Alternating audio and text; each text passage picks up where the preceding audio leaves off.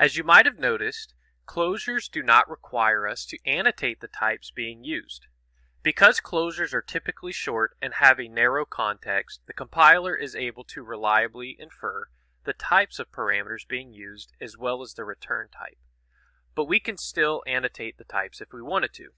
So to see an example of this, we'll create an add closure, which is going to accept a parameter of type I32, and then it's going to return an I32, and then we're just going to have it add 1 to the value we get.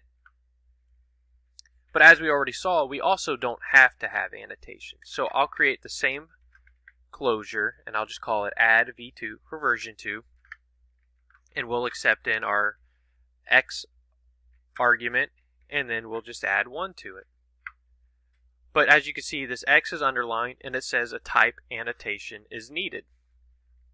Well, in order for the compiler to infer what type it will require, we actually have to use it. So in this case, as soon as we call it and then pass in a 1, it's able to infer, hey, we are using type I32. But once we let the compiler infer the type, then that is the type that must continue to be used. Otherwise, it will create an error. And we can very easily see an example of this. And we'll create a closure that accepts 1 argument, and then it's just going to immediately return it. So we'll say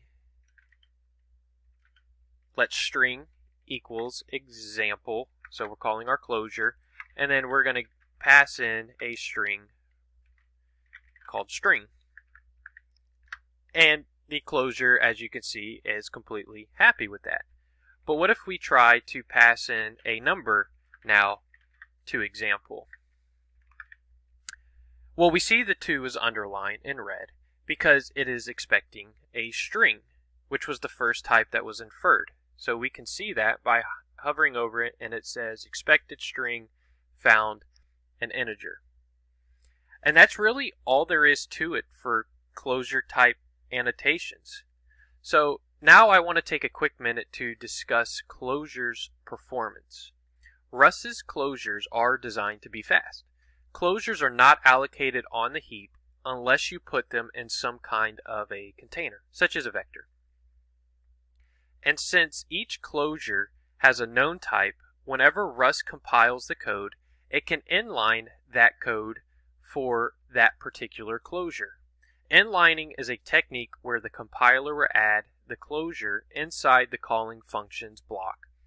And this prevents another separate function call from happening, which is going to give us a performance optimization. So if you are creating a program that is extremely performance dependent, closures are still very acceptable to use in the right situation.